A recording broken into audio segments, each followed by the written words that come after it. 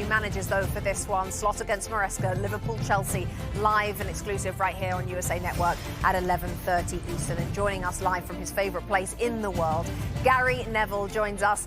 Gary, looking ahead to this game today, Liverpool against Chelsea, what do you think we're going to learn?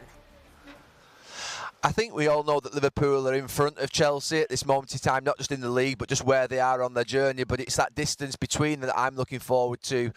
I'm looking forward to seeing, obviously, Maresca's got a style of play that he wants to try and get Chelsea playing, and I think this is the most difficult away ground to play football at, just generally for most teams. So I think that's the intriguing thing today, and that midfield battle is going to be crucial. Caicedo, obviously Fernandes, and then obviously Szoboszlai, McAllister maybe, and obviously... I forgot who's playing in midfield for Liverpool now.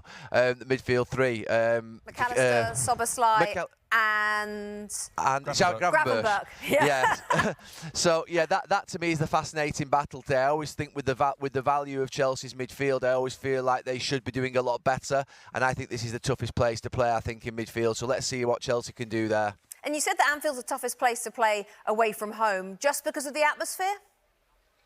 I just think generally in big matches, I think games like this, the atmosphere, the way in which the crowd will be and the ferocity of it, and the fact that you don't get much time on the ball, particularly in that first half an hour.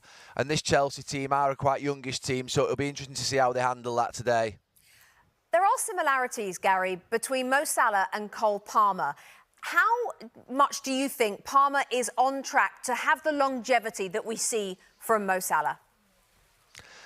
I mean, I have to say, Mo Salah's amazed me. When he came, obviously, to Liverpool and he started scoring the amount of goals he did, I didn't think he'd be able to consistently do it over a number of years, and he's just turned out to be an absolute superstar.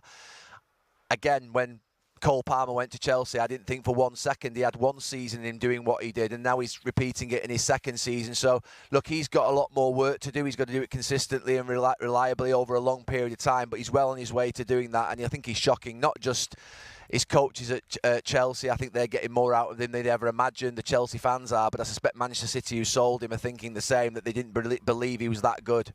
And Gary, just one final question. Both these teams, especially Liverpool, will have been interested in what happened with Arsenal yesterday, going down to 10 men. Absolute disaster at Bournemouth. What did you make of that situation? Yeah, I mean, look, you can get players sent off in a match. That happens. Obviously, they've got a little bit of a discipline issue, Arsenal. They've got more red cards against them than nearly every other team, I think, over the last few years. But I'm actually starting to lose my patience with them a little bit, in the sense that, particularly against Brighton and obviously yesterday against Bournemouth, I've got more sympathy playing against Manchester City with 10 men. But I actually still think Arsenal with 10 men should be beating Bournemouth yesterday, and they should be beating Brighton at home.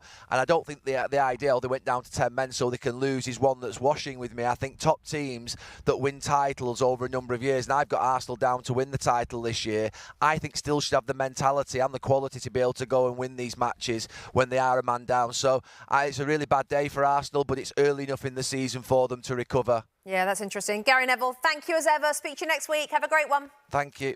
Thank you. Hi there, I'm Rebecca Lowe, studio host of NBC's coverage of the Premier League. Don't forget to hit subscribe to watch more videos all season long. And if you want even more Premier League content, from original series to live matches, head over to Peacock.